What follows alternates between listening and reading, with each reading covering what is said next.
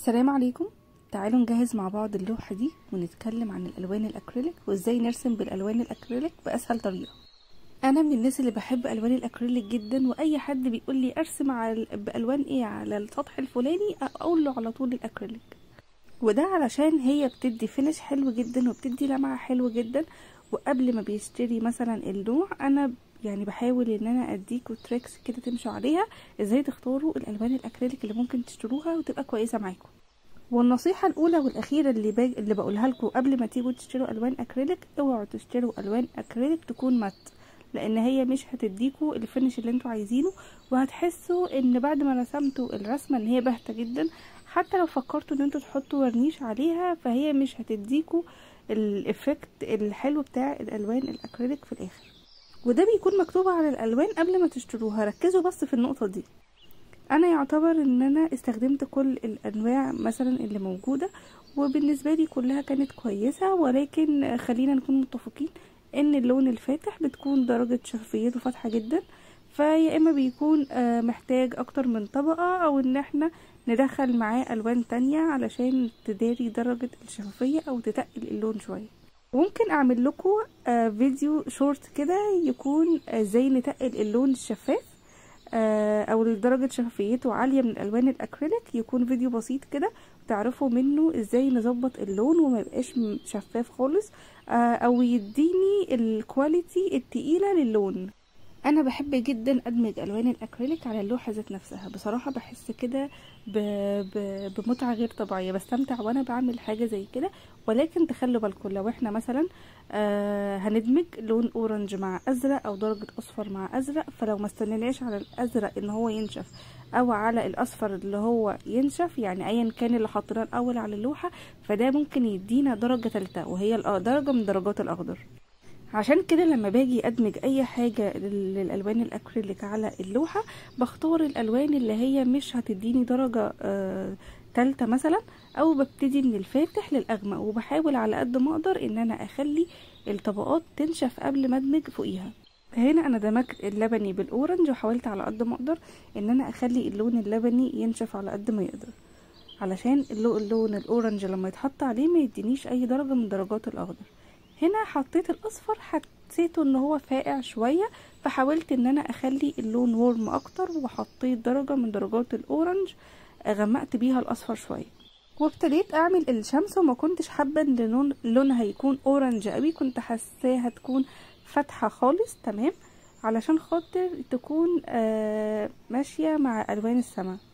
خليني اقول لكم ان احنا بنراعي على قد ما نقدر الالوان في الطبيعة او في المنظر الطبيعة اللي قدامنا، ولكن كله في الاول وفي الاخر فن. يعني ممكن احنا بنشتغل من ريفرنس وممكن احنا بنشتغل من دماغنا، فزي ما انتوا حابين، كل واحد ليه طريقة وكل واحد ليه اسلوب وكل واحد ودماغه. هنا انا خلصت اول جزء من اللوحة وهو السماء، ودخلت على الجزء التاني وهي الارض والزرع تمام كده. هنا لو تلاحظوا انا استخدمت فرشة واحدة، استخدمتها من الافتح خالص للاغمق، ولكن كنت براعي ان الفرشة تكون نظيفة معايا علشان خاطر ما يحصلش معايا ان انا الاقي درجة ثالثة ظهرت معايا في اللوحة، وكمان علشان لوحتي تبقى نظيفة. والافضل كمان ان كل لون يكون ليه فرشة، او نخلي فرشتين معانا، فرشة للالوان الفاتحة وفرشة للغامقة. طيب لو احنا نستخدم فرشة واحدة عادي ممكن نستخدمها من الافتح للاغمق، مش يعني الالوان مش هتفرق معايا في الدرجات الغامقه. زي ما انا عايزه مثلا ادمج اللون الاخضر باللون الاسود، فاخدت من الاخضر هحط على الاسود دلوقتي، فمش هيفرق معايا في اللون الاسود، بل بالعكس هيديني ريفلكشن حلو قوي ان انا في درجات اخضر مع الاسود مع الظل اكتر، اقصد لان انا في درجات او في جزء عايزه اغمقه وجزء عايزه افتحه زياده او يكون لونه اخضر ظاهر، واللون التاني يكون غامق خالص مش باين اذا كان اسود ولا اخضر. فانا عادي مش هيفرق معايا الفرشه اللي انا بستخدمها فيها اخضر ولا لا، زي ما انتم ما شايفين كده. بس لو انا بقى عايزه يعني احط حاجه، طيب دلوقتي في السماء عايزه في حاجه معينه اصلحها في درجات السماء، لا انا بنضف الفرشه بتاعتي خالص. لازم يكون جنبكم ميه بتنضفوا فيها الفرشه باستمرار، وتستخدموا فرش نظيفه تمام. وزي ما قلت لكم بنخلي فرشه للالوان الفاتحه وفرشه للالوان الغامقه. لو تقدروا لكل لون فرشه معينه ده هيبقى كويس جدا معاكم وهيريحكم. في اللوحه دي انا كنت بعمل اكتر من حاجه، بصور بظبط مثلا الالوان، فكنت بحاول على قد ما اقدر ان انا اركز ان انا ما اتلخبطش ما بين الفرش، فكنت مخليه معايا فرشتين بالكتير. وخليني اقول لكم ان كل ما بترسموا اكتر وكل ما بتتعودوا على الرسم اكتر، فالموضوع ده بيكون نسبي خالص. انتوا اللي بتحددوا انا هستخدم انهي فرشه، انا محتاجه فرش ايه. انا بالنسبه لي لا، مش محتاجه الفرشه مثلا الرفيعه، انا هظبطها بسن الفرشه التخينه. ده بالنسبه لك يعني بالنسبه لكم الموضوع هيبقى نسبي خالص. هنا بقى انا عملت الباك جراوند كلها وهبتدي اضيف التفاصيل. انا من الناس اللي بحب قوي التفاصيل في الرسومات جدا جدا جدا. بحس ان انا كل لما بضيف تفاصيل اكتر كل لما قيمة اللوحة بتعلى او بتبان اكتر. وده طبعا رأيي الشخصي. في ناس كتيرة عادي مش بتحب انها تضيف تفاصيل، بتحب ان هي تعمل اللوحة بتاعتها بشكل مثلا يكون تفاصيل قليلة، ولكن باسلوبهم فعلا بيبينوا اللوحة كأنها فيها 100,000 تفصيلة. عشان كده بقولكوا ان كل واحد في اللوحة بتاعته هو اللي بيحدد هو عايزها تطلع بأنهي شكل، وكل واحد وطريقته وكل واحد والوانه. لان على فكرة في ناس بتحب تشتغل بألوان معينة وبتحبش تدخل ألوان كتيرة في اللوحة، او ما بتحبش تدخل ألوان مختلفة. يعني انا لما بقعد ابص للوحاتي مش بلاقي ان انا بدخل درجات الموفات، مش بدخل خالص الاحمر. فانا بحاول على قد ما اقدر ان انا اعمل حاجه مختلفه واستخدم الالوان دي. وكمان الازرق بستخدمه قليل جدا. فكل رسام او فنان تحس ان هو ليه الباليت بتاعته اللي هو ما بيخرجش عنها. وهنا بقى ابتديت اعمل الجزء اللي هيبين الرسم اكتر، وهي الزهور. المفروض ان الزهور هتكون في المنطقة الامامية هتكون واضحة اكتر، وكل ما بنرجع ورا كل لما بتكون اصغر ومش باينة. فابتديت احط الورود بالطريقة اللي انا قلتلكوا عليها دي، ان هي هتكون في المنطقة الامامية اللي هي باينة كويس جدا، وورا هتكون بس باينة ظل الزهور او حاجات بسيطة منها، او مش باين شكل الزهرة بالظبط هي عاملة ازاي. وهنا انا ابتديت اشتغل لما الاخضر كله نشف معايا والاسود كله نشف معايا. وخليني اقول لكم برضو هي ميزه وعيب في نفس الوقت، ان الالوان الاكريليك بتنشف بسرعه، مش بتاخد وقت طويل قوي على ما بتنشف. واول لما الالوان بتنشف احنا مش بنعرف نعدل تاني عليها، هي خلاص كده بتبقى ضد الميه. فدي برضو ميزه وعيب. ميزه ان احنا عادي يعني بنستخدم الالوان التانية عليها او الدرجات التانية عليها براحتنا، عارفين ان هي مش هتندمج معاها. والعيب بقى لو احنا غلطنا مثلا على اللوحة، فاحنا مش هنعرف بعد ما تنشف ان احنا نعيد عليها الالوان او ان احنا نشيلها.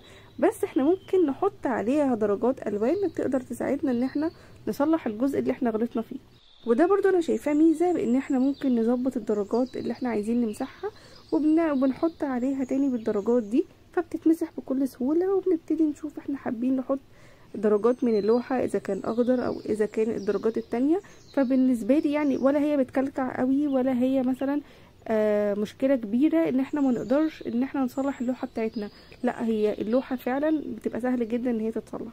بالنسبة لي الالوان الاكريليك انا مش بحب ارسم كتير قوي يعني بيها على الورق، او لو هرسم على ورق فبيكون ورق تقيل قوي او ورق كرافت تقيل جدا، يعني يكون غامق مش ابيض. وده ليه؟ علشان زي ما قلت لكم هي بتحتاج طبقات كتيره فوقيها، وبتحتاج دمج كويس مثلا علشان اللوحه تطلع يعني زي ما احنا عاوزين بالظبط. فنادر لما بنلاقي ورق يستحمل كميه الدمج دي او كميه الطبقات دي. فبحب بقى استخدمها على الخشب، بحب استخدمها على التوال. وخلوا بالكم الاكريليك ما ينفعش نرسم بيه على البلاستيك او على جرابات الموبايل اللي هي السيليكون، لان هي هتقشر. وعلشان ما تقشرش بقى ففي بروسيس تانية احنا بنعملها قبل ما بنرسم على سطح البلاستيك بالاكريليك، ولكن ده ممكن نخليه في فيديو تاني. وعلشان كده انا بحب مع الاكريليك هو ان انا استخدم باليت تكون بلاستيك، لان هي سهلة جدا في التنظيف. انا مهما احط لايرز بعد ما بخلص بعملها بس بضفري كده وبأي آلة حادة بتكون مطلعالي طرف، فبشد بيها كل الالوان وبتنضف بسرعة وما بتبقاش تقيلة معايا.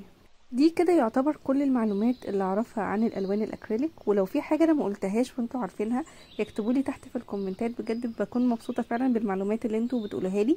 ولو حابين تعرفوا اي حاجه انا ما قلتهاش في الفيديو او تسالوا عليها فممكن تبعتوا لي على الانستجرام، هتسيب اللينك تحت في الديسكريبشن. وبرضو لو حابين تدوني افكار نتكلم عن ايه الفيديو الجاي ابعتوا لي على الانستجرام او اكتبوا لي في الكومنتات. وبالنسبة لفيديو ازاي نعمل الوان اكريليك هتلاقوه في الفيديو المثبت برضو على القناة، وهسيب لينك الفيديو تحت في الديسكريبشن ممكن تشوفوه.